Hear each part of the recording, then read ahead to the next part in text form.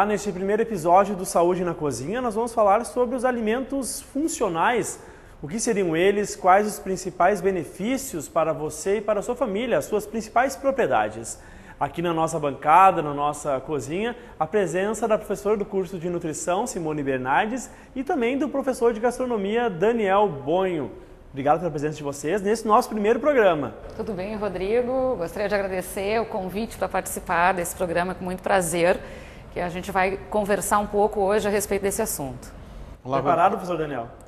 Sim, né? Nós estamos preparados para desmistificar esse assunto que só alimento gorduroso, que não é saudável, que é saboroso. Então nós vamos desmistificar isso junto ao teu programa. Essa é a principal ideia, né? Então, para a gente começar com a professora Simone, para que o telespectador possa entender também do que é que nós estamos falando, o que é que são, quem são os alimentos funcionais?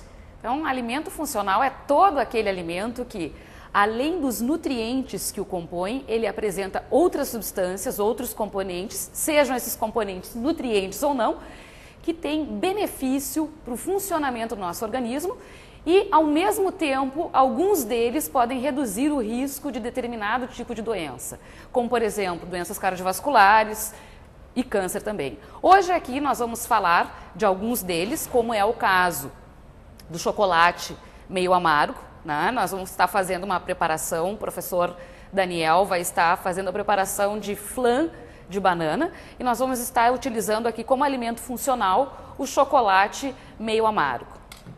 Então, para a gente mostrar um pouco, né, que pode ter muito sabor, e essa é a função do professor Daniel aqui. Mostrar que apesar de ser funcional, de ter propriedades que previnem, né, que reduzem o risco de várias doenças, pode ser saboroso também. Rodrigo, e a ideia da sobremesa apresentada é uma sobremesa com ingredientes simples, né? Ressaltando que tem que ser o chocolate meio amargo aqui. Nós não estamos trabalhando também com açúcar cristal, nós estamos trabalhando já com mascavo, que é um produto mais integral, nós estamos trabalhando com banana, iogurte natural. Então é uma composição relativamente simples, rápida, que demora mais para gelar do que para fazer. Fácil de fazer, super simples. Ok. Então o que chama a atenção aqui em relação ao chocolate meio amargo? Hoje nós temos no mercado vários tipos de chocolate meio amargo, com diferentes percentuais de cacau. O que nos interessa no chocolate meio amargo é o seu ingrediente cacau. Então, assim, qual é a dica para comprar o chocolate? Primeiro, que seja meio amargo, de preferência que tenha 70% ou mais de cacau, que nós já temos disponíveis no mercado. O cacau, então, ele tem fitoquímicos, né, que são substâncias químicas naturais do cacau, que são as proantocianidinas. O que é esse nome tão complicado? Bom, o que nos interessa saber a respeito das proantocianidinas? Elas têm um efeito redutor na pressão arterial de indivíduos hipertensos. Então, uma pessoa que tem uma pressão normal não vai ficar hipotensa ou com pressão baixa consumindo chocolate meio amargo. Mas é de extremamente interesse que esse chocolate meio amargo seja utilizado, é claro que em quantidades moderadas, para pessoas que são hipertensas. O que se observa? Redução dos níveis de pressão arterial. Então, com a palavra o Daniel. Bom, a base de todos os flans mais comercial é a gelatina. Nós vamos fazer um flan sem gelatina. O que vai dar ponto a esse flan, o que vai dar uma textura mais firme para ele, é o nosso ingrediente estrela da receita, que é o chocolate. Né? Se a gente pegar um chocolate, nós submeter ele ao calor, ao micro-ondas e espalhar esse chocolate derretido sobre uma bancada, sobre uma placa, sobre um vidro, ele vai voltar a solidificar.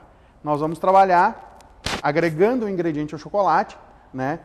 Então quando a gente pega e traz, no caso aqui, uma banana batida ao chocolate, ele vai ficar com uma massa amolecida. O único segredo dessa receita é o derretimento do chocolate.